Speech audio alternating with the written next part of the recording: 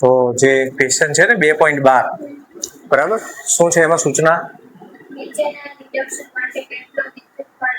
Reduction માટે કેટલો વિદ્યુત ભાર જોઈએ, બરાબર. એમાં શું છે પહેલું?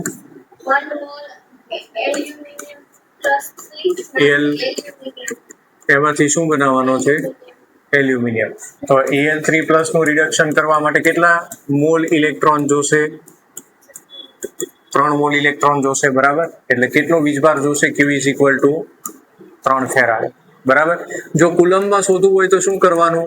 3 × 96 500, અને જે જવાબ આવે શેમાં આવે?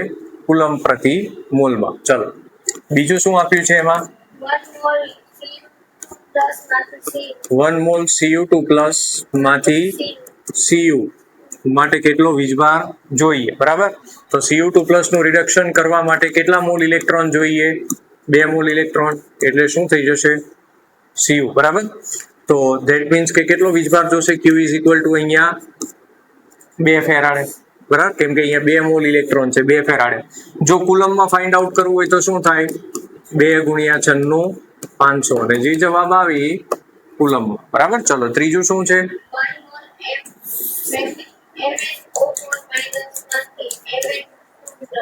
1 મોલ MnO4- માંથી શું બનાવવાનું?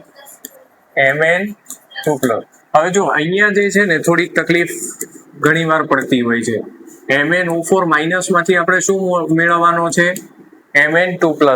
તો અહીંયા જે છે કેટલા ઇલેક્ટ્રોનની જરૂર પડે રિડક્શન થવા માટે એ ઘણી વાર ખ્યાલ આવે નહીં. અચ્છા, MnO4- છે એમાં મેંગેનીઝ જે છે એનો ઓક્સિડેશન સ્ટેટ શું થાય? MnO4- છે, રાઈટ. માન લો કે MnO4- માં Mn નો ઓક્સિડેશન સ્ટેટ X કહો, ઓક્સિજનનો -2 એટલે 4 × -2 = માથે -1 ચાર્જ છે એટલે -1, તો X - 8 = -1, તો X = કેટલા થાય? +7. સમજ્યા તમે?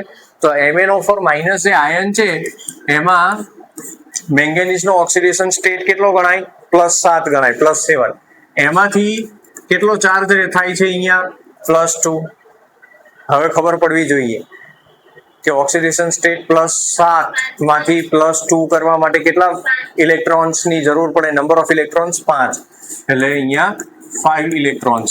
એટલે અહીંયા જરૂરી વીજભારનો જથ્થો Q = કેટલા ફેરાડે થાય? 5 ફેરાડે, રાઈટ. જો કુલમમાં શોધવાનું થાય તો શું થઈ જાય?